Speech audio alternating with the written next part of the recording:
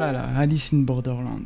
Cette série, qui pour moi est bien au-dessus de Squid Game, revient en septembre, la saison 3 en septembre les frères. C'est donc pour ça que j'ai décidé de faire une vidéo où on allait parler de Alice in Borderland, de la fin de la saison 2, l'explication et probablement ce qui pourrait se passer dans la saison 3. Alors que pendant la saison 1, nous avons aucune explication de comment cela se déroulait, qui étaient les maîtres du jeu, pourquoi, comment comprendre des jeux, rien nous est expliqué. Dans la saison 2, tout est différent. Qui veut dire saison 3 veut dire que les réponses ont peut-être changé. Tout ce qu'on a appris durant la saison 2 pourrait peut-être être remis en jeu dans la saison 3. Car oui, comme on le voit dans la bande-annonce, ils sont de retour dans le Borderland pour refaire de nouveaux jeux. Mais pourquoi, comment, c'est ça qu'on essaie de comprendre. Alors que dans l'épisode 8, Arisu et Usagi arrivent à affronter la reine de cœur, des feux d'artifice retentissent, comme lors du premier jour. Sauf que cette fois, à la place d'un nouveau jeu sur les écrans, il y a écrit « Voulez-vous rester ici ?» La plupart disent non, ils veulent rentrer chez eux, tandis que deux personnages qu'on aura suivis durant la saison 2, eux, préfèrent rester ici. Et c'est là que ça devient intéressant.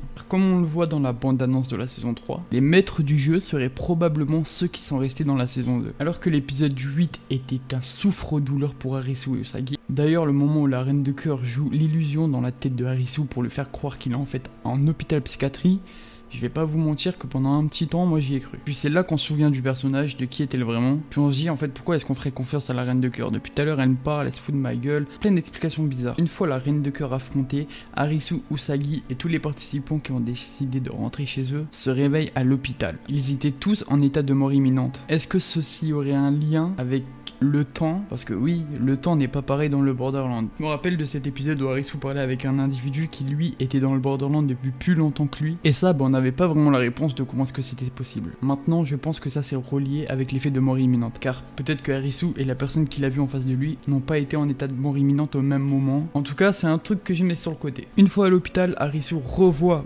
Usagi, il essaie de la draguer, lui reparler, enfin bref, il veut retrouver cette connexion, et d'ailleurs cette connexion se fait direct. Suite à ça, Arisu et Usagi décident de se promener dans le jardin de l'hôpital, et là, ils passent à côté d'une table où le vent fait voler toutes les cartes, sauf une seule carte, celle qu'on a oubliée, la carte Joker. Dans la saison 3, nous pouvons voir que Arisu et Usagi seront quelquefois confrontés à retourner à des endroits où des jeux ont eu lieu, et d'après ce qu'ils disent, cela les traumatise. En fait, je rêve toujours de la même scène.